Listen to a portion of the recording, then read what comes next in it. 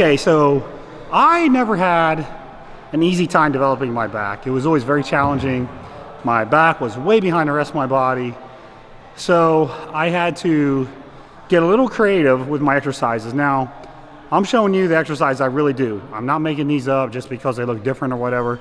This is what I really did to really help build my back. And as you know, the Meadows Row, of course named after me, is #1 on my list because it really, really helped put a lot of thickness on my entire back. I mean, if you watch and you look at the grip, the pronated grip, you would think this is more for rhomboids, kind of some lower traps and rear delts. But depending on where you drive your elbows, you're also feeling your lats. So for me, I never really did this for just lats or just rhomboids. To me, I felt these in my entire back. So form is key, obviously. You gotta drive your elbow, like I'm always preaching on back. You wanna brace yourself with your other arm. Some people like to set a bench up and put their opposite hand on a bench for bracing, but I don't like that because I feel the exercise in my waist too much when I do that. I don't know why, I just do, and I'm not trying to train my waist. So we're doing them here on a landmine, but there are other options too. So you might want to do these on a T-bar, for example, and I got a T-bar right here. This is another option, doing them like this on a T-bar. You may have a supported chest row. The very first time I ever did these was actually on a supported chest row. So you could also stick a bar kind of in a corner in your gym. Some people do it that way. So exercise #1 is the good old basic Meadows Row to thicken your entire back. Okay, so I mentioned that the Meadows Row really helped my back thickness. Another exercise that really helped was this one-arm barbell row.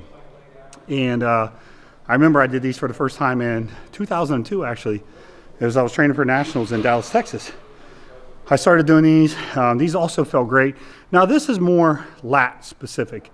So not so much rhomboids and lower traps, although I think you do get a little bit of rhomboid. These I really feel a lot in my lower lats and even all the way down to my lower lat. Fantastic row. Again, brace with your opposite arm. Don't make it a balancing exercise. Again, some people use a bench. I don't like that. I feel too much in my waist. And then on these, I would use straps. I should have mentioned that on the Meadows Row too. You're gripping the thick end of the bar, so make sure you use straps. But this one-arm barbell row, it's very taxing. I'm still out of breath. I just did my last set. Great exercise though. Give these a shot and I think you're gonna like them. All right, exercise #3 is a dumbbell pullover. Now, if equipment wasn't an issue, if you could have any kind of equipment you wanted, I would go with a Nautilus pullover machine. In fact, the Nautilus pullover machine might be my #1 exercise for back. It probably would be. There's nothing like an awesome Nautilus pullover machine. But I realize most of you don't have one. So I'm going to say a dumbbell pullover. These have always been a part of my back routines. I lay on a bench instead of across it. You could do it either way. I just feel like the range of motion is a little bit easier if I'm laying on the bench. And, you know, good for upper lats, serratus, teres, all those little muscles. Just a great exercise to stretch everything out as well. It should be a part of your back program, absolutely, for everybody. So that's exercise #3. So in addition to just showing you 7 exercises, one fun thing you might want to try, and this would absolutely work, is make this a workout. So do once you get warmed up, do one kind of hard set on each exercise, something where maybe you don't go quite to failure. And then on the next set, make it a really hard working set and go all the way to failure. So essentially you would do a 14-set back workout. 7 of the sets would be pretty hard, and then the other 7 would be to failure. And that actually would be a brutal back workout. And that's kind of what we're doing today. Some of the exercises I won't go to failure, but you can absolutely turn this into a wicked back workout if you want. All right, #4 is a rack pull. Now, I don't have a rack at this gym, so just use your imagination. Pretend I'm in a power rack and I'm setting the bar down on each rep. Because that's what I do. I like to set the bar down. I don't like to bounce it off the rack. I know a lot of people like to do that. I don't think that's wise for your spine. So I do like to get to about mid-shin or maybe slightly above mid-shin. I don't like to pull above your knee. I just don't think that's enough range of motion to do anything meaningful. So rack pulls, in terms of form, this is where what we do is a little different. So you have a standard kind of rack pull where you just grip it and rip it for pure strength. But we're using a little different form on this for technique-wise. You're probably going to want to use about half the weight you normally use when you're doing the grip it and rip it technique. Basically what we're doing is we're flexing our lats at the bottom while the bar is sitting in the rack, and you pull the bar up and you push your hips forward, and you even, it almost looks like a backward shrug. So watch my form as I did those. So I'm standing up straight and then I'm pulling my elbows back. So my elbows come back. Now I know gravity's up and down, it's not lateral, but just trust me, just try it. And then lower the weight. You got to keep your lats flexed and lower the weight slowly. So you're going to generate a lot of tension in your lats. It's not a range of motion exercise. It's almost like an iso hold, although you do get a little bit of shoulder extension for your lats, or arm extension I should say, whatever. But these feel really good, particularly when you use this form. So this is another exercise I really, really like, rack pulls. All right, number 5 is probably what I would call the most underrated back exercise, and it's banded pull-ups.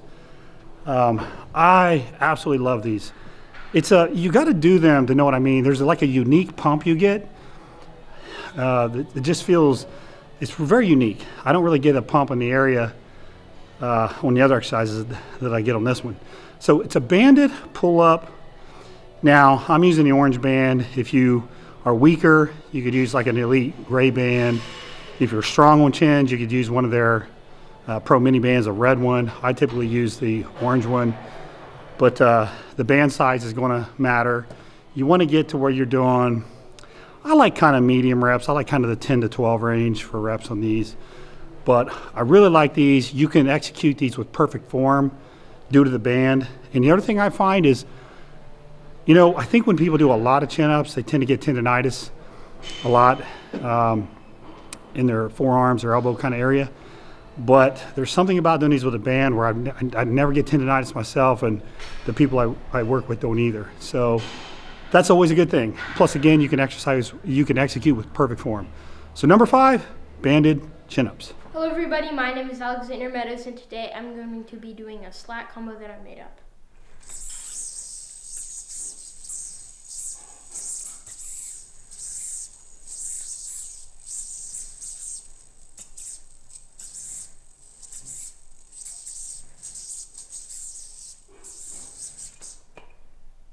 And for more videos, go to my Instagram at MeadowsGang48. All right, the next exercise is a single arm supinated pull down. Now, form is critical in this. I see a lot of people kind of sitting up straight and they just kind of pull the weight down. It's a bicep exercise.